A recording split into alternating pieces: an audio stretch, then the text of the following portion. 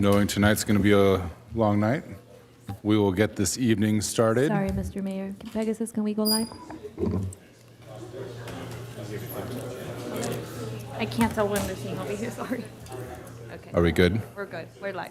All right. I call to order the April 28th adjourned regular meeting of the City Council at 5:01 p.m. And could our city treasurer please lead us in the Pledge of Allegiance?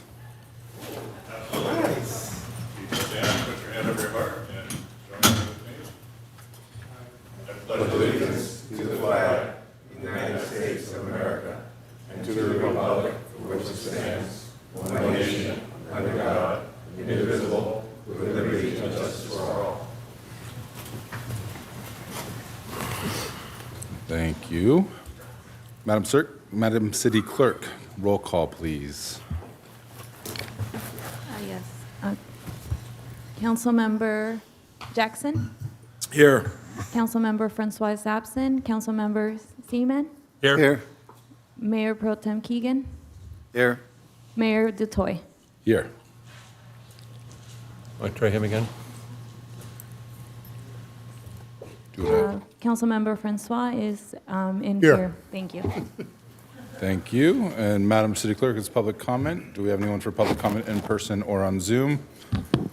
And I'll preface this with, this is the first of, I believe, 8 meetings regarding the budget, and it's a very 7 high-level budget outlook provided from city staff, which is a little bit earlier than usual, but we welcome public comment during this whole process because it is very, very important. Thank you. I did receive one speaker card, Ira Elman.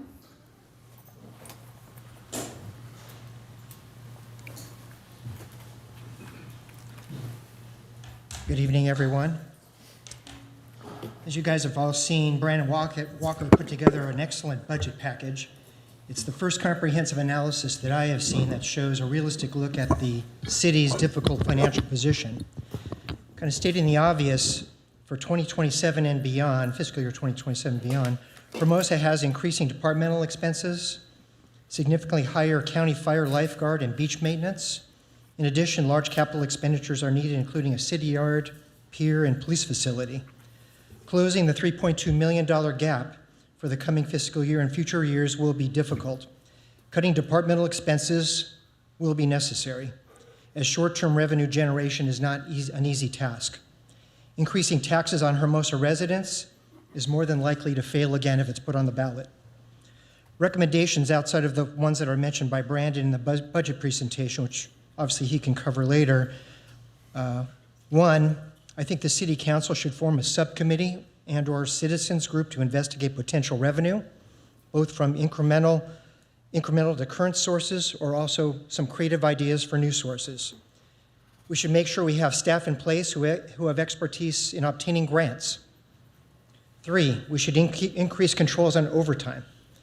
That they should be pre-approved if that isn't in place already. As part of this year's budget process, department heads should review with the City Council and residents how their resources are being utilized to service the community and attain goals. Perhaps instead of telling us what services will suffer from a 10% cut, if that's what they're asked to do, they should tell us how they will make it work. Last thing I want to talk about is, I believe the City Council made a mistake in January of this year where they approved a $555,000 consulting fee, which had to do with creating or repairing the city yard. We did it, you guys did it, I think it was a 5-0 vote. You did it without having a realistic way to pay for the city yard. I believe the city manager said we might be able to use parking fees and additional parking meter fees to pay for it, but you only can use that once. And we also need that to help us pay for the $3.2 million budget deficit gap that we have. So I hope we learn from that mistake for the future. Thanks. I did not receive any more speaker cards. I do have one virtual speaker online. Tony Higgins, your 3 minutes will begin when you start speaking.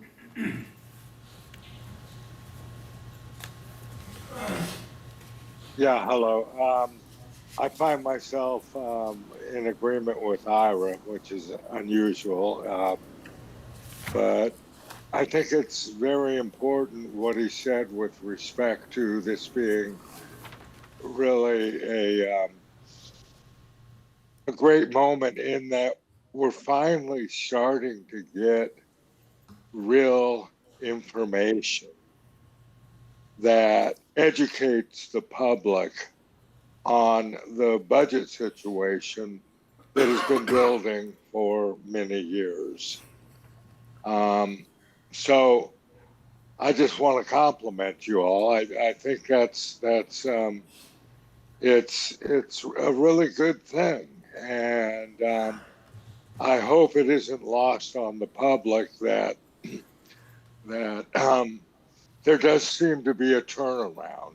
There's a lot of problems. There's a lot of stuff I'm not happy with, but there is a turnaround, and so I thank Steve and Brandon and the staff that has brought that about.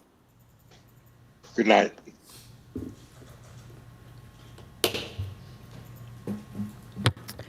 I do not have any more virtual hands raised, and I did not receive any more speaker cards. Anyone else like to speak? There's another chance to speak after the presentation, so. All right. I'll pass it over for opening remarks to City Manager Napolitano. Thank you, Your Honor, and good evening, council and community. Tonight, we kick off our 2026-27 budget season with the first of 7, as the mayor mentioned, scheduled meetings to discuss the budget and capital improvement program. There is no staff report. That was an oversight. We wanted to take this hour to give council and the community a high-level review of where we are, how we got here, and start a community conversation to continue at future budget meetings. Following tonight, on May 5th, there will be a joint CIP meeting between the Public Works Commission and the Parks and Recreation Commission. This will be followed by detailed department budget presentations on May 12th, where each department head will present their budgets as well as potential budget adjustments for council consideration. We've also set aside a budget hearing for May 26th, if necessary, and then an in-depth council CIP study session on May 28th to review the recommendations of the Public Works and Parks and Recreation Commissions. One more budget hearing is scheduled for June 9th, with the final adoption scheduled for June 23rd. We've scheduled all these meetings to provide as many opportunities as possible for public input and council discussion that will go far beyond 53 minutes. Along the way, we're not going to sugarcoat anything. The city's current fiscal path is unsustainable as we face significantly increased costs and limited revenues. Hard choices will be proposed to fill the gap through a combination of spending cuts and revenue enhancements. We say this while acknowledging that nobody wants service cuts or higher taxes. But at this point in time, if we want to maintain our quality of life, doing nothing is no longer an option. We all share in the benefits of a safe, clean, beautiful beach town, and we must share in its burdens to keep it that way. Our budget, our community, is all our responsibility, and we look forward to everyone working together to forge a better path for our shared fiscal future. And now on that cheery note, I will hand it over to Brandon. Thank you, Steve. Just waiting for the presentation to get pulled up, and we'll get this show rolling.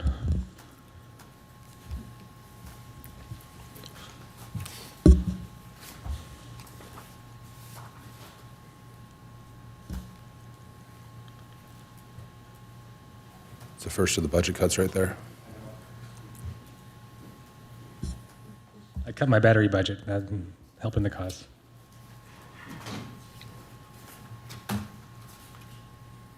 You'll just navigate? Cool. All right, as Steve said, this is the first of 7 budget discussions. This is going to be a more complex and robust community involvement, council involvement, and community discussion as opposed to the last few years where we've been a beneficiary of some good financial times running structural surpluses for the last 5 years.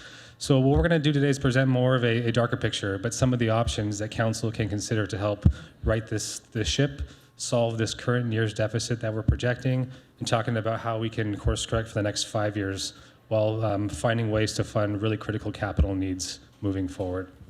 Next slide, please. So right off the bat, staff right now is projecting the city will have a $3.2 million structural deficit in the general fund next year. So what does that mean? It's the fund that mainly pays for the services the community is familiar with. parks, paving the streets, police, fire, staff.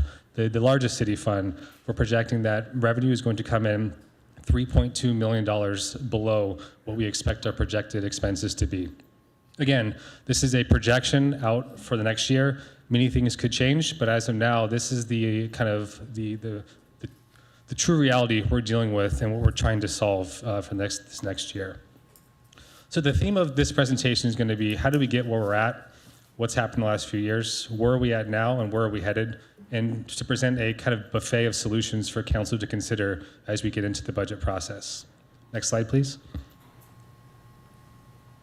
So how did we get here? You may think anecdotally, we've been running surpluses the last few years. The question I think we need to evaluate is why. The city, as you know, was a beneficiary of almost $5 million of COVID relief funds from the federal government post-2020. So what that did is essentially was an influx of money we were able to use to balance the budget on a one-time basis. Not a sustainable approach moving forward from a fiscal standpoint. We were the beneficiary of vacancy savings. Essentially what that means is we had about $1 million to $1.5 million every year of vacancy savings. What does that mean? There's constant turnover in any operation. Any private enterprise, any government organization sees turnover. What ended up happening is over the years, we were able to realize vacancy savings. This is not necessarily a great thing. It's great when it comes to balancing budgets for finance, geeks like me. But when it comes to providing city services, it's hard. With the small city, with the staff we have, when you have turnover, you lose institutional knowledge. All that means is suffering.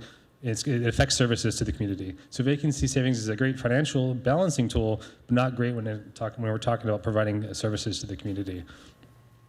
We had delays in CIP. So essentially what that meant was projects were delayed. Joe has done a great job in his team recently of really executing and producing projects. Anything from the Greenbelt to the 14th Street restroom. He's spending at a faster pace than we can recoup via replenishing our CIP fund. So executing on projects is a double-edged sword.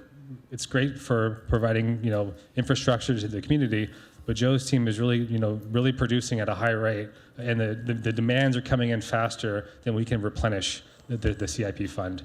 So what this is doing is all these one-time funds, extra influx of federal money, vacancy savings, delayed projects, those were all one-time windfalls that helped balance what we're showing you was really a structural imbalance that's been going on since post-COVID. Next slide, please. So vacancy savings.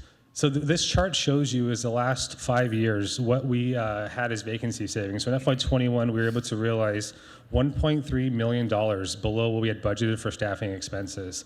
So again, you notice that number more or less stays the same over the next 5 years. But I really want to point out to the far right column, that percentage. So as you know, the expense budget grows year over year due to inflation, benefit costs, wage costs.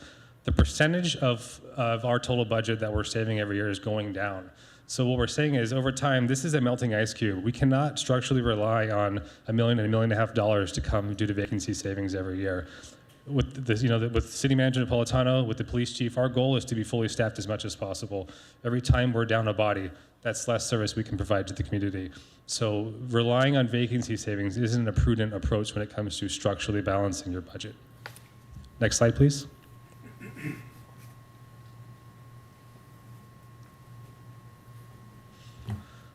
Talking about structural surpluses, what this is showing you since the fiscal year 2020, the amount of carryover, essentially unspent funds at the end of each fiscal year. Again, this ranges from $1.8 million in FY20 all the way to a high of $5.8 million, which really reflects the influx of the ARPA COVID money we got post-pandemic. And on the right, what it says is essentially what we were using these funds for. There's a council policy that for every dollar unspent can go to essentially one of three places in a waterfall effect. Replenishing our insurance fund, which has a target balance of $3 million. That helps fund our insurance programs and any kind of claims buffer for any lawsuits we may see as a city. Our goal is to always have that at $3 million. So a dollar over saved could go there. Could also go to our equipment replacement fund. This is used to replace our city's fleet. Black and white cop cars, public work vehicles, and so forth. And lastly, CIP. What's perhaps not most well known in the community is that we have no ongoing structural dedication of general fund to our capital project, a capital improvement fund. That's shocking to some people. I think a lot of people are hooked on the headline of Hermosa Beach, approves a $30 million CIP, for FY26. Almost every dollar is coming from gas tax, Prop A, Prop C, state funds, carryover funds. This is what's funding the majority of our CIP for the general fund every year. It's a dollar not spent operationally has been waterfalled into CIP. We've been lucky to be able to have surpluses the last 6 years to be able to roll over into CIP to replenish our equipment replacement fund, to make sure our insurance fund balance is healthy. The big number I want you to focus on right there is at zero. Then we came to you during our mid-year report in the end of March and said, we project essentially a small deficit this year that we're structurally, we're funding with one-time amounts, but we are projecting no surplus for FY26. What that means is as of today, there's not a single dollar at the end of FY26 that we can divert towards funding our CIP. So this is going to be a big point of discussion when Joe comes up in front of council and the commission to talk about how are we funding our CIP. The funding stream is dwindling down. The needs are continually to rise. Pier, as the commenter said, the pier, the public service yard, the police station, enhancing our paving and sidewalk program, the needs are growing way faster than our revenues being replenished. So we'll get into more detail in the next few slides and obviously the next few budget workshops. Next slide, please. So again, what was this one-time funding, windfall really covering up? Obviously the rising cost of labor. At a high level, we get about 40 cents on the dollar of revenue from our property tax, which is great. I've always mentioned before that stabilizes and insulates us from kind of the ups and downs of the economy when it comes to a city that's reliant on sales tax. I always use Cerritos as an example, heavily reliant on a retail shopping center and an auto center, right? As the economy goes, so does their city finances. They were hammered during COVID. Obviously, on the upside, it's great. The downside's not so great. The one benefit for us being reliant on property tax, it's more or less a relatively stable asset base. One huge caveat though, Prop 13 caps more or less the growth rate at 2%. So we see valuation and more property tax come online, two reasons, reassessments and also transfers of property that are resold at a higher amount or additions. Other than that, more or less, property tax is gonna grow at a steady 2% year over year over year over year. We know those that run businesses, those that run household operations, expenses don't keep that steady pace moving forward. CPI is going, I think CPI has averaged 4.2% in LA County the last 5 years. That's already higher than the property tax growth. Wage pension growth is continuing to rise. So essentially you had revenue was never keeping up with expense over the past 5 years. We were just lucky enough to have one-time windfalls every year to cover those deficiencies. Revenue gaps. Later today, we'll come to you with a fee study. Essentially, a lot of our fees have been subsidized by the taxpayers. People are realizing individual personalized services essentially being subsidized by the taxpayers. So that's a conversation we're going to have later tonight. And two big ones. The general fund subsidizes two, I would call special districts or special funds. The Lighting and Landscape District is a district that was assessed a special Prop 218 tax in 1986, I believe. That has not been raised since then. So we are sending $400,000 more or less from the general fund to the Lighting and Landscaping District every single year because this tax has not been reassessed since, for almost 30 years. Stormwater program, again, this is being subsidized by about $700,000. We do not have a dedicated stormwater fee as some other cities have, so that'll be one of the options we talk about. But just those combined, you're talking about over $1 million every year from the general fund subsidizing what I would call two special districts. Next slide, please. There we go. So some high-level economic context, we talk about what environment are we operating in as a small beach city before we get into the fiscal outlook. We're a small tourism-driven beach downtown-focused agency. I think what that means is that we're heavily reliant on tourist dollars, sales tax, TOT, during the heavy summer months, the heavy summer parking months. With that comes exposure to downturns in the economy. We're a built-out city with limited development. We really can't build out, we can only really build up. And that's going to open up a whole different conversation we can talk about economic development as a housing development and business development strategy. And as I mentioned, our revenues are tied to visitors. Majority of our sales tax is paid by non-Hermosa Beach residents. Our TOT are paid by visitors to our city. So as the economy goes, as the tourism economy goes, so more or less does our financial outlook. And again, these projections we're going to show you now just assume a relatively stable economy. Economists have been calling for recessions for the last 15, 20 years. They're going to be right sooner or later. We don't have crystal balls. We don't know when that's coming. We know an economic downturn could hammer, this whole region, this whole area. Something that we always have to be planning for, and that's where reserves come into play, which we'll talk about in a little bit. Next slide, please. So where do we stand right now? So if you remember the chart before, we closed FY25 last fiscal year with a $2.2 million essentially surplus fund balance.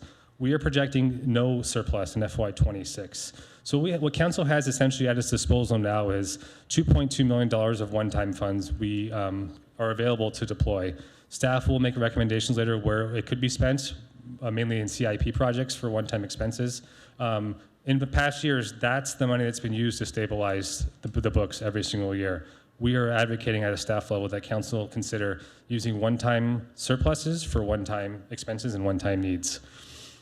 And again, our approach is not to use FOIs. The budget that Steve is going to present to council in May is not going to heavily rely on one-time funds. We're not feasible. We're looking to structurally balance the budget on a sustainable way in FY27 and into the future. Next slide, please. So here's an updated 5-year outlook. You've seen this chart 2 times recently. Once was in the adopted budget for FY26. The last was at the mid-year. Essentially, this is as of now what our projections are looking like for the next 5 years. So if you see 2 faded lines underneath the darker bolded lines, that was our original projection in the FY26 adopted budget. So what's changing? The main one on the expense side is the negotiated labor bargaining agreements with all of our unions. Obviously, increased expenses, majority raising up. And then on the revenue side, it's mainly the parking revenue. Council we're very happy on the finance side, was able to raise parking meter rates and citation rates, which haven't been touched in multiple years. That really brought in a good cash flow stream to the city on an ongoing basis that we've baked into these projections. The next few slides will bake in some of the outlooks of what's happening, mainly the county contracts, what we're seeing on the revenue side, and some of the unknown costs that could change these lines moving forward. But as it sits here today, we're looking at a $3.2 million deficit in FY27, and essentially slightly growing in each subsequent year, unless we figure out a way to structurally stabilize by minimizing expenses, which staff is going to look at first, or looking at some short-term revenue opportunities to help bridge that gap. Next slide, please.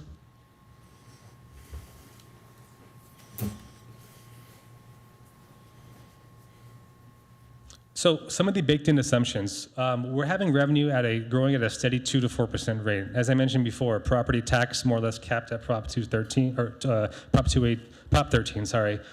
Sales tax growing quite modestly. We have a relatively small sales tax base here, pretty heavily reliant on restaurants. There are a lot of service businesses that don't produce sales tax, as opposed to either Manhattan or Torrance to our neighbors to the east and south. They have a massive retail base.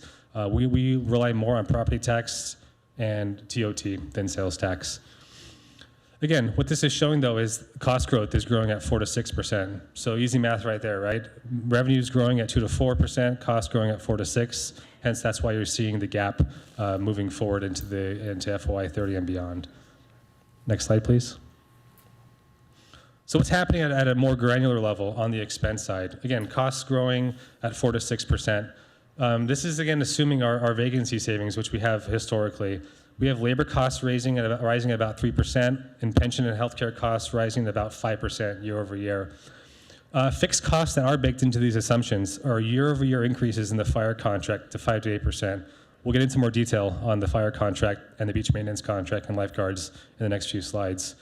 ARPA monies are gone. No more federal fund windfall. We've exhausted all of the nearly $5 million in ARPA funds received post-COVID. Some of the upside risk, inflation. Inflation affects us directly and indirectly. It's more expensive materials and supplies for Joe and his team, but also it's a pass-through in contract services. We are a unique city. Most full-service cities spend anywhere between 60 to 70% on staff costs. We spend about 50. But the reason is we supplement it with contractors, service contractors, be it our fire department, our city attorney. We're a small city. We don't have the staffing resources to be able to hire full-time. So our direct staff costs are quite low. Indirect staff costs are on par with other cities. What's not included in here, any ongoing funding or funding solutions for the city yard, the pier, the police stations, or any other capital needs moving forward. Again, this is just a high level today. Joe is going on into more detail starting on May 5th, and we'll have a very, very robust discussion on what CIP looks like, not just next year, but for the next 15, 20 years. Again, bottom line, our needs and our spending is outgrowing our revenue projections moving forward. Next slide, please. So the county contract. So we have an informal or essentially a formal proposal from the county right now for three main services. Just want to go over them real quick. The county fire contract, which expires in December of 2027. We have a proposal from the county of a 26% increase over 3 years. Essentially what they're doing is phasing in a 26% increase, about $2 million over 3 years. That's going to put ongoing pressure structurally on the general fund. We have a lifeguard and beach maintenance contract that expires March of 2027, so a little sooner. What they're looking to do is full cost recovery. That's kind of the MO from the county, is they're quote unquote looking for full cost recovery. So what does that mean for us? That's 3.4 million additional annual cost phased in over 3 years. So about 1 million and change year one, 2 million and change year two, getting to a full annualized amount of roughly $3.4 million every year for lifeguard services, carried forward obviously as they see growth. Another $1.5 million annually for beach maintenance. Currently right now, obviously we are paying for fire, so essentially the top level is essentially an increase over our current base where we spend roughly $6 million a year. Right now we are, to fund the lifeguard and beach maintenance services, we are at a cost share with parking lot structure C and a few permits. We send them net operating revenue of roughly $400,000 a year. So for context, we're sending $400K a year to cover these services. The county is coming back with a request of nearly $5 million to spend for these services moving forward. And again, cost challenges. We have some set aside for some basic exploratory work on the city yard. What's really important to the city yard is environmental remediation to know what the true cost is of building at that site. I think what we don't want to do is commit and fully fund a program or project where we don't know essentially the downside or upside risk. So a lot of the work now Joe's doing is environmental review and essentially estimation of what that project would cost. Again, we would have to bond for this. We don't have $20 million sitting around in couch cushions. So this would be a debt service to consider. And then the pier project. Joe came to council last month and talked about the pier options. Right now we have a few dollars baked in, and Joe will go over for rehab, essentially just small rehab projects for the pier. Full decisions on whether we do full rehab, full replacement is a conversation that we'll have to start at the commission level and obviously come to council to discuss. But these projections assume no additional funding for the city yard nor the pier. Next slide, please. So yeah, this is just a high-level overview of breaking down those numbers I reviewed previously. The far column on the left shows what we're currently paying for fire, lifeguard, and beach maintenance services. The $400,000 essentially covers beach maintenance and lifeguards. And then year 2027, the projected increase, or the amounts for 28 and 29. So the bottom line shows the year-over-year increase that the county is offering right now. And just a brief aside too, the county does pay a lease for the lifeguard facility and facility use. It's a whopping $1 a year. Next slide. Let's talk about reserves for a second before we get into more of the details of revenue options. Why are reserves important? Rainy day funds, just like a household budget, it's to monitor and buffer against any unforeseen revenue knocks or any unforeseen expenses. More or less, a rainy day fund for new unforeseen emergencies. So where are we at now? In FY24, this council approved us raising our reserve target from 16 to 20%. The context being it's COVID, economic uncertainty, we have the funds. Why not make sure that we're in a very, very strong financial situation? Should we need to go out to debt, or should we see any kind of decline in revenue? So as of right now, we have a $10.6 million general fund reserve. Again, each subsequent year in that projection assumes we are replenishing that reserve up to 20%. So what does that mean is as the general fund grows, so does the requirement to fund a 20% reserve. So as we are now, we are meeting our target reserve. Typical city reserves range from 15 to 25%. So us being at 20, we're in pretty stable ground. Again, this is an emergency. Should revenues really tank? Should we see unforeseen, legal or infrastructure costs, emergency repairs, any natural disasters? This reserve is usually intended to help out with those unforeseen financial issues. Next slide, please. So overtime. I think overtime is something that people always think about when they talk about managing expenses. And as I mentioned before, the budget that Stephen is putting together with staff's help is really going to look at with a fine-tooth comb of how we're spending our dollars, how we're spending our taxpayer dollars. Belt tightening and service delivery and expenditures are our number one priority to evaluate before we consider any revenue options. So let's talk about overtime. We're seeing now our dollar trends going over the last 5 years. One big caveat, this does bake in, as you know, labor increases. So every year, more or less, staff wages go up anywhere between 1% and 3%. Those are embedded in these figures here too. So when departments will come to you one by one on the 12th with department presentations, we'll get into more detail about what's driving this. But then, if next slide, please, I will go into some more high-level detail just to kind of whet your appetite for some of the things we're looking at. Again, as I mentioned, these are dollar figures that reflect the mainly wage increases. Police overtime. Why does police do overtime? 24/7 minimum staffing requirements. Small city with a small police department that has ever-growing service requests from the community. We must meet response time requirements. That requires backfill. Main drivers too in overtime the last few years. We've been fortunate beneficiaries of state grants. You've seen more DUI enforcement. Those numbers are also baked in. We get about $45,000 to $50,000 every year in reimbursements from OTS for DUI enforcement. So that's overtime there. Special training. We're fortunate enough to have the ability to train our officers with canines, SWAT outreach, to have a more full service police department. Part of that requires some overtime to send those folks to staffing, to training. That's a benefit. We see that as a benefit, especially on the HR side. It's a massive recruitment and retention tool, is to be able to offer specialized training. These officers are getting training that they can't at bigger departments like the Santa Anas, like the Anaheims, like the Long Beaches. So it is an expense to backfill on overtime, but we're getting a skill set that's quite unique for a city our size. And one that Chief will get into more too is special events. And I think we do our best to recoup monies for special events.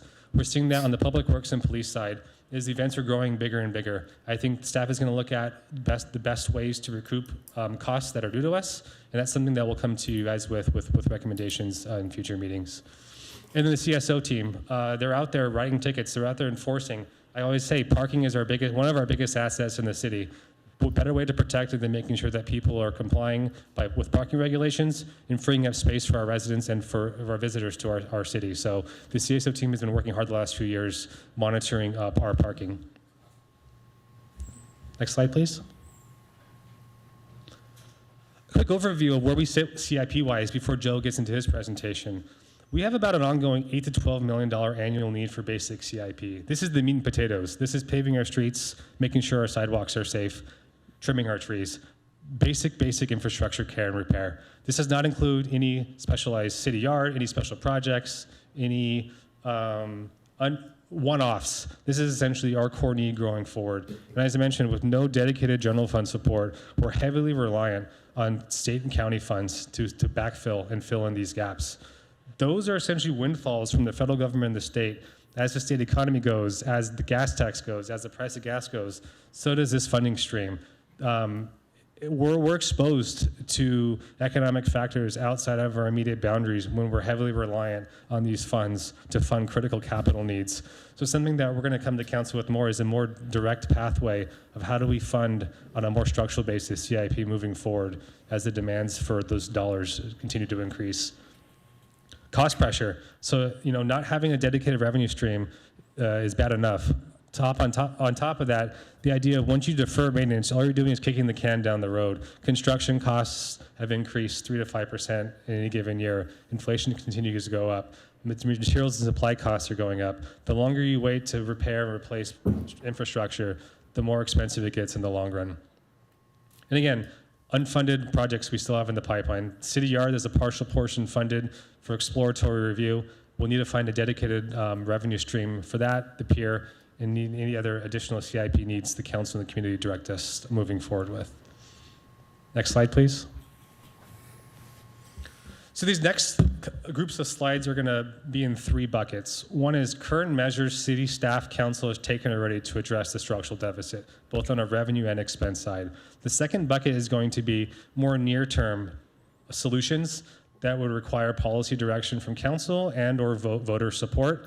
And the third is going to be more long-term direction and policy guidance from council that really will require more of a community conversation when it comes to either increasing revenue or decreasing expenses moving forward. So some of the things that we have implemented to date, council, like I mentioned before, increased our parking rates by $1 in our lots and our structures. That's going to, we project to increase revenue by about $1.5–2 million year over year. Early trends show that parking activity is actually pretty stable, if not growing. Will be really interesting to see how these next summer months go. So once the summer months pass by, I'll come back to council and give you guys a picture of, hey, how's the revenue picture? How's parking going? What was the impact of these price hikes? So far, so good. Activity looks pretty good. We look like we're on target to meet the high end of that estimate. We also raised parking citation rates. We haven't done that in quite some time. That's another about $500,000 that we've baked in and are now realizing on a go-forward basis. Later tonight, I'll be presenting a cost of service fee study. If council decides to adopt some of the cost recovery measures, we're looking at upwards of almost $1 million annually into our general fund budget. There's some small enforcement things that we're doing as far as going after what we're legally able to do in our Munico when it comes to business license enforcement. Steve's done a really good job of helping us go after some of the low-hanging fruit and really squeeze out and make those people pay that should be paying, recouping about $100,000 on an annual basis. Operational efficiencies. Our team, our finance HR team, is implementing a new ERP. Essentially, it's a new finance HR payroll system. We're recognizing a lot of efficiencies. I will share some of those when I come with the admin services budget of some of the immediate cost savings we're seeing off of that effort. And also our capital funding strategy. As I mentioned before, dollars are tight, demands are growing. Our strategy for capital funding going forward at the city staff level is focusing on the core needs. I think grant funding is always an option. Grant funding is something we're always looking after. The unfortunate part is grants usually pay for special projects. There are very few grants that will pay for the meat and potatoes I talk about. Grants will not pay for paving. Grants will not pay for street repair. It's the core work of public works that needs to be funded either with local revenues. The grant funding is more for specialized projects, one-offs. So Joe and his team do a wonderful job of finding and keeping their radar and their ears out for grant opportunities. But grant funding is not a feasible ongoing structural solution to fund our core CIP needs moving forward. Next slide, please. Some of our expenditure strategies. So the city staff is working, the directors are working with the city manager now to come up with up to 10% reduction targets across the board, which we will present department by department on May 12th. What this is referencing is, hey, we need to do our part when it comes to making sure we're running a very efficient operation first. We're making the most with our resources that execute on the core services that the communities value and deserve. We'll focus on what our core services are, what some of the initiatives we are currently in that we could consider not doing anymore, but also coming with real solutions before we talk about any kind of revenue measures moving forward. So all in all, everything we talk about, the reductions, that strategies we're coming forward with, some of the target revenue measures we've done already, we could bring anywhere between $2 and $7 million a year annually by implementing, which we have mostly done with the revenue sides thus far. So we're doing essentially making sure our house is in order first on a fiscal level before we ask the community or ask council to make tougher decisions, as I'll present in the next few slides. Next slide, please. So this group of bucket is essentially considerations. These would reflect policy discussion, direction from city council, and in some cases, ballot measures from the general populace for voting. Let's talk about TOT and short-term vacation rentals. So one potential is to start assessing transit occupancy tax or hotel tax on short-term vacation rentals, and also get them through our business license process. Just some figures to have in the back of your head. Retro collection of TOT would net about $5 million. Ongoing collections, this is a rule of thumb, about 100 properties would generate about $1 million annually. Not on here, but I do want to mention is TOT in general. Right now, the city's TOT is at 14%. Measure H, I believe, in November 2019, Hermosa residents raised TOT from 12 to 14%. So that's where we're at right now. Just from some reference point, the city of LA is putting on the June ballot a measure to raise their TOT to 16% temporarily to essentially account for the World Cup and the Olympics. And afterwards, they're knocking it back down to 15%. So a temporary jump and then hitting it back down to 15%. Redondo Beach is evaluating raising their TOT. Right now, I believe they're at 13%. And then there's a tourism improvement district that gets an additional percent. Costa Mesa is also evaluating it too. So I think with the large-scale events that are coming down to this region over the next 2-3 years, cities are seeing this as an opportunity to, essentially what TOT is they're making tourists pay their fair share for enjoying services when they're visiting a community. So if the city decides and council decides to go that route, that would require a ballot initiative to raise TOT from 14 to any determined percentage above and beyond that. Sales tax measure. So that's also an option too. More or less, obviously, as you know, this requires voter approval. Roughly, each quarter-cent sales tax generates roughly about $1 million annually. Again, it just depends on the revenue base, the nature of the economy, but as a rule of thumb, each quarter-cent increase is about $1 million annually to the general fund. Again, of the 10 and change that goes from sales tax, or almost 10%, locally, Bradley Burns, we get 1% as a city. The rest goes to the county. The county is evaluating measures to increase the rate on their end, and also goes to the state also. Next slide, please.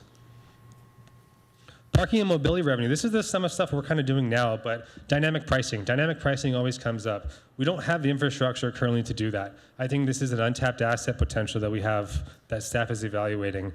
We're laying with ALPR technology and with meter technology, we're laying the foundation for this. But if dynamic pricing in certain areas, certain times of the year, the council wants to consider, there is revenue opportunity there. There's a supply, demand kind of analysis to do there. But this would require some small upfront capital investment when it comes to putting in the right meters, making sure we have the right enforcement technology. But dynamic pricing is something that if council wants us to investigate as a revenue potential, something that staff is ready to do when directed. Next slide, please. Some other options. City assets and other local revenue options. We have properties, whether it's Lot D, Lot A, the storage lot right next door. There's opportunity there, and I think that it's kind of a blank slate now for what potentially could happen. Some more near execution than others, but something for the council to consider is our stance on development and leases of city-owned property, and what that looks like when generating maybe a potential higher return on our local assets. And then asset modernization. These next two topics are what I covered briefly in the beginning. The Lighting and Landscape Street District, an assessment that was first assessed in 1996, hasn't risen since. $400K a year and rising subsidy from the general fund. So what this would mean would be to raise that, it would be a Prop 218 vote for those affected in the district. If that's a consideration for council, we could explore that option also. Next slide, please. Similarly, stormwater funding. We don't have a dedicated stormwater fee that can sufficiently cover costs for stormwater remediation and repair. Again, revenue's not keeping up with the needs to repair and maintain stormwaters. Costs are increasing. There's more regulatory requirements from the state and the feds. Infrastructure needs are always growing as any capital project goes through. Same thing, about $700,000 a year goes from the general fund to stormwater. And again, it's a policy direction. Do we continue to maintain this subsidy, or do we look to pursue other taxing opportunities to more right-size this structural imbalance in the stormwater fund? Next slide, please. This is more long-term. This is more pie in the sky, no dollars attached, but something for council and the community to consider when we talk about long-term revenue, long-term economic development. The first one is looking at unlocking development through targeted upzoning. Revisiting the conversation around height and density requirements in certain areas, focusing on hotel, mixed-use development, and unlocking any kind of viable housing opportunities. Again, this is not something that happens at one planning commission meeting or one council meeting. It'll be a long discussion with the community, but some things to consider. Second, too, is aligning the use of land with revenue growth. Some cities like to focus on revenue-generating businesses as opposed to service businesses. Those are policy and economic development decisions that require a lot of in-depth analysis and discussion, but something to consider. And also something more at a technical level is looking to maximize sales per square foot. This is, again, more the planning function of prioritizing and going after high sales tax per square foot businesses. Again, this is not a easy solution at all. This is a very, very tightrope balancing act, but some obviously concepts that council can start the discussion on and lead to staff direction on what long-term solutions could we start to prioritize moving forward. So kind of the progression I've shown you these last few slides are some immediate things we're currently doing, some immediate things council can consider, some short-term, medium-term policy and ballot initiative just ideas, and then long-term considerations when we talk about going out 10, 15, 20 years. Should we be laying the groundwork for some of these decisions moving forward? Next slide, please. So again, as Steve mentioned and so did the mayor, this is the number 1 of 7. This is like an HBO series. This is episode 1 of a long seven-part series. I think our focus this year was to really expand and lay out more community involvement, which I'll talk about in the next slide. So I'll just quickly review again. Today's purpose was just to give a high-level overview, like we're ship captains. What does the horizon look like? What are we seeing moving down the pipeline? May 5th is going to be a joint Public Works and Parks and Rec Commission where they'll be focusing on our CIP work. And essentially that's the first opportunity for the public to chime in on their capital need requests and wishes. May 12th, we'll be back here in front of council. Like Steve mentioned, each department will come up and talk about core services and some of their reduction strategies moving forward for FY27 and get council direction and feedback on whether they're good ideas or not. May 26th, at a regularly scheduled council meeting, we have an isolated session for a budget hearing. I think we'll get a lot of feedback on May 12th. We'll get a lot of community feedback on May 5th. So May 26th is a meeting we'll definitely have. No set agenda now, but it'll be a robust discussion on operations and CIP. Again, on 28th, we have it's a Thursday, a non-council Tuesday, a CIP study session here in Chambers.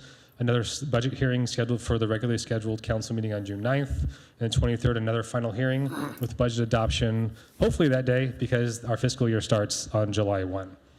Next slide, please. So lastly, on the vein of community participation and input, just as our Muni Code is very quirky in a sense that it requires a city manager to deliver the budget to council by May 15th. Last year, we brought this up to council and asking for if we could push that back by 2 weeks to be able to take the input from council and the community and essentially present a more structured budget to council by May 30th, which then set off discussions through the month of June.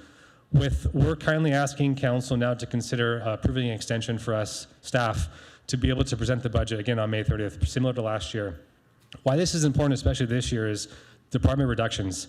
I think what we could do is if we met the May 15th deadline, we're essentially putting in what departments say we're going to do with really no council feedback. Having that session on the 12th, hearing council feedback, that'll give us plenty of time to take your feedback, take community feedback, so Steve can present a sound budget that's responsive to the community and council. So there is precedent. Last year we did push it back and there were no issues when it came to discussions.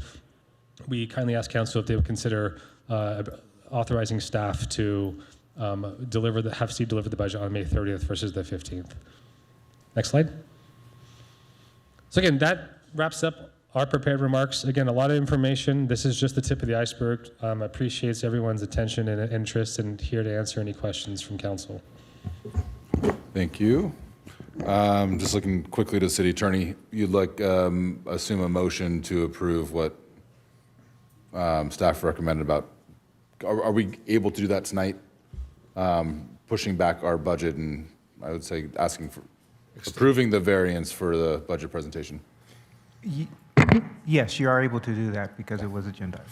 It is council questions time. I know that, as the city manager and Brandon have alluded to, we'll have many more times for questions, but just for high-level conversation, is there any questions from the dais?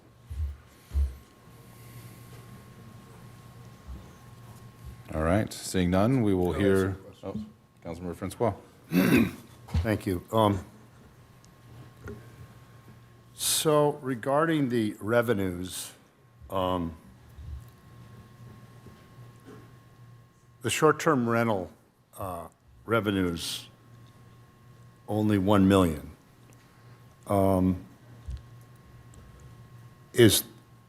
are we going to look into that further and look at other options as far as what to do with short-term rentals, as far as enforcing them, as far as possibly taking a look at the models like in Manhattan Beach or other cities where we take a look at what kind of expected revenues we could increase with our short-term rentals? Thank you, Councilmember. As you know, council gave direction to staff regarding that previously, but we are happy to revisit that upon council direction. So you'd need direction from us. Yes. Sometime tonight during this study session, preferable to take a look at, Do we do that or future agenda items? I think it's more appropriate for a future agenda item than tonight. well, okay, it's a budget issue with revenue. Do you know how much, I mean, you're a former council member in Manhattan Beach. Do you know how much revenue the city takes in there on their short-term rentals? Last time I looked, it was a little over $1 million for, I think, 110. Okay. The budget doesn't include potential costs associated with paying for lifeguard services, is that right? Those were discussed in the presentation. So how much are we budgeting for that? Is there, Well, they're looking at 3.5. That's a matter of negotiation right now, so we don't have a final number yet. so, They are seeking full cost recovery at $3.5 million over 3 years, but again, it's a subject of negotiation that we haven't settled yet. $3.5 million a year. 3.5 will be over 3 years, it will reach $3.5 million. So it's $3.5 million for 3 years? Yes, but it will $3.5 million a year going forward after that. They're going to raise it to $3.5 million over 3 years, and then $3.5 million is the cost going forward on a yearly basis. But it's possible we could push back on all of that and That will be- suggest something a lot smaller or nothing towards lifeguard services, is that right? That will be part of the negotiations. And if that's the case, that's revenue we would enhance based on the existing budget. Yes, but we don't have that fully covered yet. It depends. Right. That would be a cost avoided, not a revenue received. But just in details, the county says $1.1 million in year one, 2.2 and change in year two, 3.4 in year three. So if we're able to negotiate, hopefully, a lower number than that, that will help the out-year projections. But we really could say we don't want to pay anything like other cities locally and get the county to absorb that funding. We're working on that. Okay. The garage fees are no longer connected to, the revenue from the garage is no longer connected to, It still is. We have a little less than a year left on the contract, and so they are still tied to it. okay, but once that's over, then the revenue from the garage is not connected to, Correct. okay. Now the overtime looks like over 2.5 million. What's going on? Why is overtime so? I mean, when people work overtime in this city, do you have to approve it, or is it at the department head? How does it work with overtime and costs like that? There is budgeted overtime, and we're diving into the increase in the costs overtime as well as the increase in the number of hours that are being worked overtime. The chief will get more into the operational weeds, but the short answer to your question is yes. An employee can't just work overtime and then we get a surprise on a time card. A lot of the times it's dedicated for police, dedicated to scheduled patrol overtime shifts, mainly down in the entertainment district, Fridays and Saturday nights, special events, any grant operations. So there is approval processes before staff can work overtime. I'll use my department as an example. Anytime someone wants to work overtime, they're clearing it through me before they work the hours. So does it have to be approved at the department head level for overtime, or how does the approval go? Yeah, not every hour's not going up to Steve. If that was the case, he would be approving overtime slips for his whole 40-hour week. So In advance? more or less sometimes. But if there's an emergency, there's hours. But I think what you're hinting at, there's no free reign on overtime work. There is oversight and approval. I mean, is there some kind of way we can, it would seem to me, with budget problems, we should be reducing overtime. It seems rather excessive. It's gone up every year. I mean, do you have suggestions on how we can limit this, or? That is one of the things we're going to bring back in the budget presentations by department. They'll be discussing their overtime and how they can reduce that. Yeah, I mean, if we're fully staffed, we're fully staffed. If we need new hires, we need new hires. But yeah, the overtime just seems to be something that I think we should address. We could outright ban it, I guess. It happens in some governments. They just ban it. That's it. It's over. There are issues with staffing in terms of vacations or people being out on sick leave or on long-term disability and workers' comp that need backfilling. If we don't have the people to do that, we look to overtime at times to do that. And is comp time also allowed instead of overtime? It depends on the department. Depends on the department. Yeah. So in other words, an employee isn't required to take comp time. They have to opt in for it. That's my understanding. They can insist on overtime and not be given comp time. Is that? Yeah, that's outlined in each bargaining agreement, yeah. Okay. Thank you. Thank you. And then, as you alluded to in the staff presentation, some overtime is from special projects, some training, some is from our special events that the events hopefully pay for the majority of that backfill costs. And then again, if a water main breaks, our public works crew have to go out there on a Sunday night. They will get overtime, but it's because there's streets flooding, so. Yep. Each department that comes up here on the 12th will explain why we need overtime, why it's critical, and what are some options for alternative staffing models if council directs us to lower those numbers. And as you asked, we'll break down the reimbursement as well. Perfect. On the green and red graph, does that include the county contracts? So it includes the fire costs because those are known. The beach lifeguard ones, it just still maintains the revenue share with our current cost. I think the reason being is it's an unknown right now. We have options with the lease. We have options with obviously pushing back on a service that we have historically not paid for. So the short answer is those large beach maintenance and lifeguard numbers. What's in there now in the out years is just what we're paying for it right now. The fire, we're more comfortable with the service presentation and what the embedded costs are. So those 5 to 8% increases year over year for fire are embedded in the out years. We're more comfortable with those being cost certainties moving forward, regardless of who provides those services. Perfect. Any other questions from the right? Thank you, Mr. Mayor. You mentioned grant funding, and obviously for the larger projects that we have, like the pier and so on and so forth. And I know that grant funding is drying up, and there's not as prevalent as it has been in the past. Can you expand at all on that? Is there an outlook for the future? Grant funding comes from obviously state, county, federal grants. So is there kind of an outlook on the future of how that might play out in 1 year or 2 years from now? I think these certain variables, obviously economic, political. I think from when it comes to funding sources, large projects like the piers, like Joe's doing with the Army Corps of Engineers, they do a lot of work when it comes to the coastline. A lot of the grants or waterfalls, they're earmarks. I think that we've had, the Real-Time Crime Center that we funded for 2 rounds. That was through Ted Lieu's office and getting congressional earmarks. To be honest, my personal opinion, that's probably the most feasible option. The other ones, you're in a competition with other agencies. To be real, it's hard for a federal agency to say I'd like to rebuild a pier versus build a park or a walkway down in a lower economically disadvantaged area. So grants are competitive. I don't know. I don't have a forecast of what the federal funding picture is going to look like. I just know that we are not alone in facing financial pressures. What that means is more people are going to be going after grants. More cities are going after grants. We're competing with special districts, cities, municipalities, counties. It's competitive. That's all I can say. I don't know about the dollars, but competition's going to go nowhere up but harder. And Councilmember, the difference too is the state, right? They have their own budget issues right now. Federal government prints money.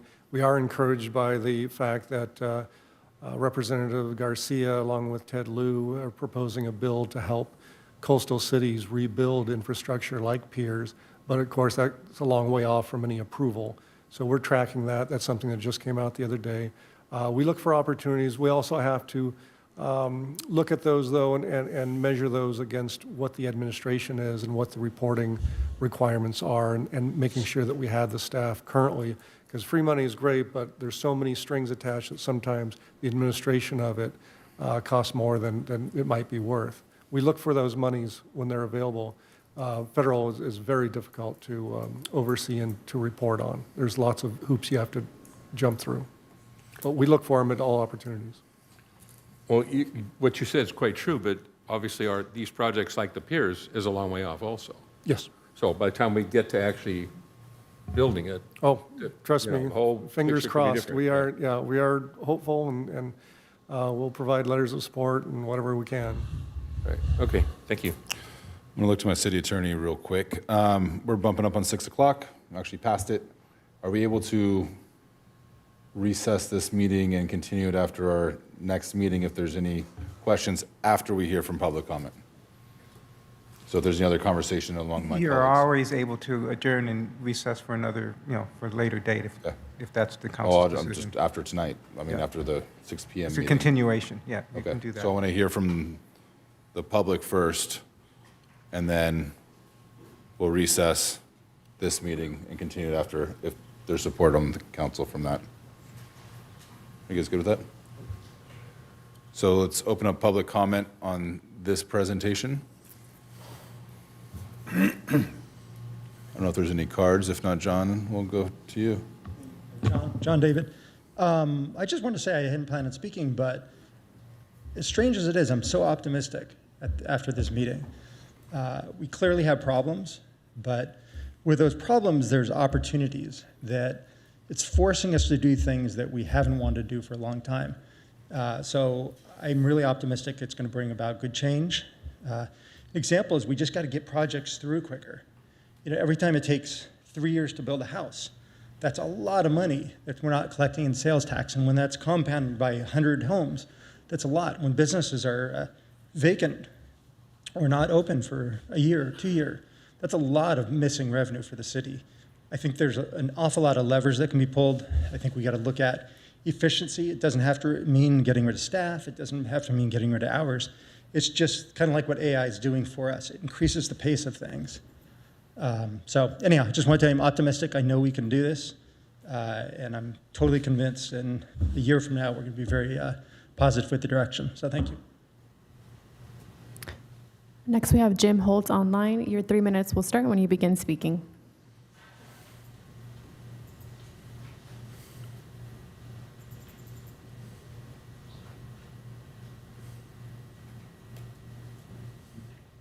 Honorable mayors, councilmen, and city staff, I am concerned that the city appears to be testing another sales tax increase after the voters already rejected similar measures twice.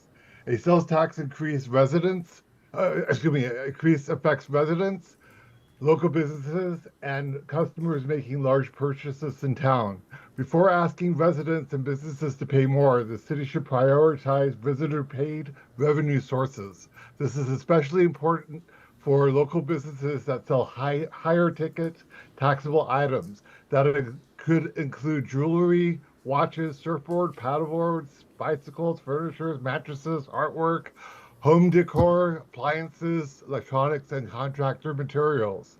If Hermosa raises the sales tax above nearby cities, why would someone buy an expensive item in Hermosa when they can buy the same item up the street and save money?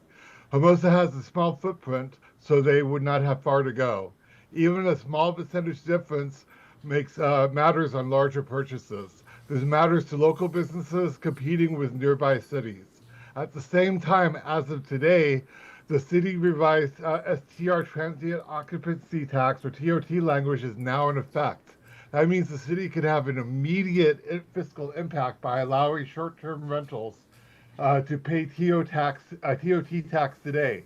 If the Airbnb numbers of current STRs in Hermosa Beach, which you have referenced in prior meetings, are correct, that alone should bring in $1 million annual revenue starting today, as Mr. Walker just said. Also, I'm all for raising the TOT to 15%. Currently, STR operators in the coastal zone have no practical path to pay TOT, and although Brandon Walker briefly mentioned and acknowledged this issue, the city needs to treat this as urgent and fix this now by separating the TOT registration from the residential STR ban, which is now unenforceable unless and until approved by the Coastal Commission. The city should immediately suspend these conflicting policies, provide a registration and payment pathway, and make it clear that a STR operator's act of registering and paying TOT will not be used for evidence for any citations. It needs to be done today so we can start collecting today. Thank you.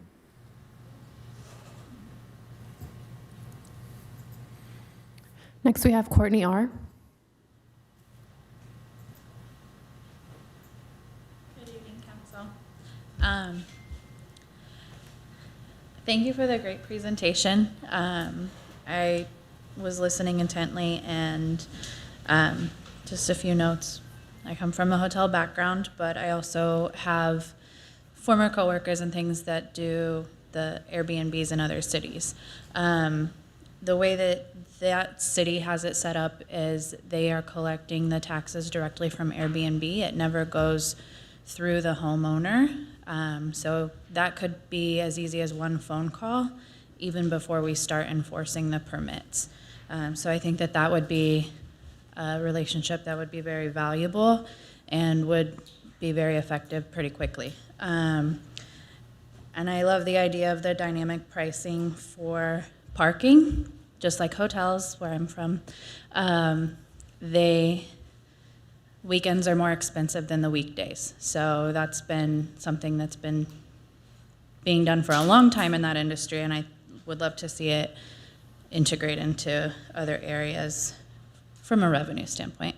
And while I don't support raising our TOT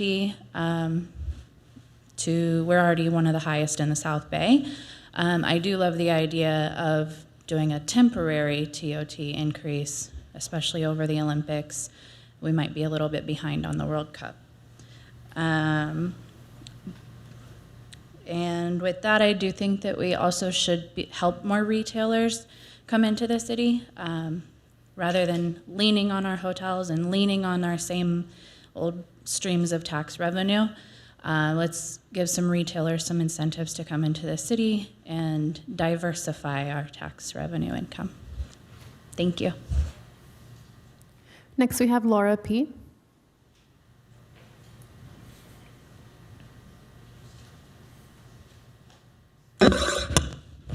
Laura, Council, Mayor, and staff.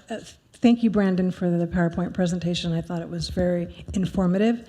Over the last 6 years, we've taken more of a back-to-basics approach on how we take care of infrastructure and maintenance.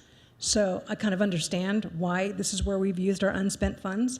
I think we need to look at a more balanced approach going forward. We need to unlock private investment. We have people in this town that want to invest their money, but they just don't, and I have a few good reasons why. For me, the bigger question is, what do we do going forward? I submitted a public comment, and I hope you have a chance to read it, but the goal shouldn't be simply to just close the budget gap. It should be trying to build a more resilient community where we can have reoccurring revenue. I think if we want to instill trust, because I know there's energy towards a sales tax measure, you need to build trust with the public. We need to see what's going on. And I think we need to understand what the trade-offs are. Having parking citations, fees increased, short-term rentals, sales tax, these are all great, but we need to know what the trade-off is. I think what Brandon talked about in regards to the dynamic pricing would really, really help midweek. Because if we could do on supply and demand, lower the cost of pricing, get more people in here, that would be really unhelpful. I think we need to treat economic development as a fiscal strategy. We cannot cut our way to long-term stability. We need to grow. We need to strengthen our local economy. We need to attract visitors. You are not going to get this with a full cost recovery approach that we're doing with our user fee study. It needs to be more balanced. One of the things that Ira brought up that I actually agree with, creating a resident and business advisory group to focus on revenue and investment. These are business owners, property owners, entrepreneurs who understand markets, investment, and private partnerships. Why aren't we using the expertise that we have in our community right now? I have people that want to contribute, who have experience. It could be a short term, because I know you guys don't like subcommittees. I know you don't want all that staff burden. But we could identify new revenue streams. We could evaluate P3 opportunities, and we could review the barriers to investment and recommend practical ways to grow revenue. We also need to look at improving the process before we raise major fees. It's not so much how much does staff take on something, but should it take that much? I think there are definite things that we can do together, but you need to build the trust, because I have a feeling that if you do a sales tax measure again, and we haven't seen the difference, you're not going to get anything different from the outcome. Thank you. Next, we have Eric H.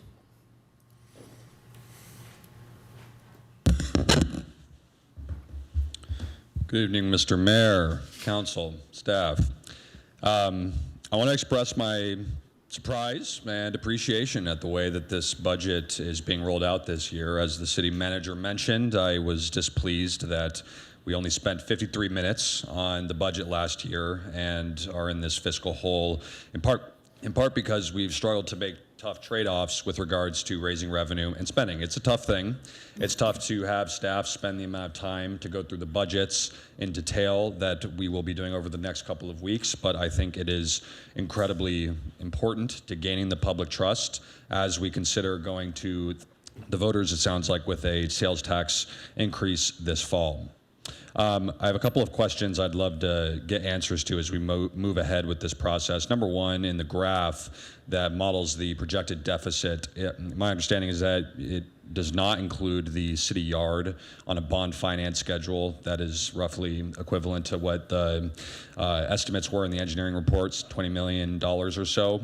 I would also think that the pier under any of the different financing structures, whether we're doing repairs in perpetuity or we're looking at a bonded finance replacement of the pier under different cost estimates, should be worked into some sort of chart of that structure so that we can go again to voters, our neighbors, and say, look, even without some of these major infrastructure improvements that we have on the horizon, we are facing this massive shortfall, and we need your confidence that the next council and this city staff will spend your tax dollars efficiently and wisely. On a couple of the revenue raising schemes in the presentation, I think raising the TOT tax can make sense. I think doing a comparison to other cities and looking at that price sensitivity on whether occupancy declined in response to raising those rates is going to be important. We don't want to inadvertently reduce TOT revenue, so let's make sure that we're thorough about that.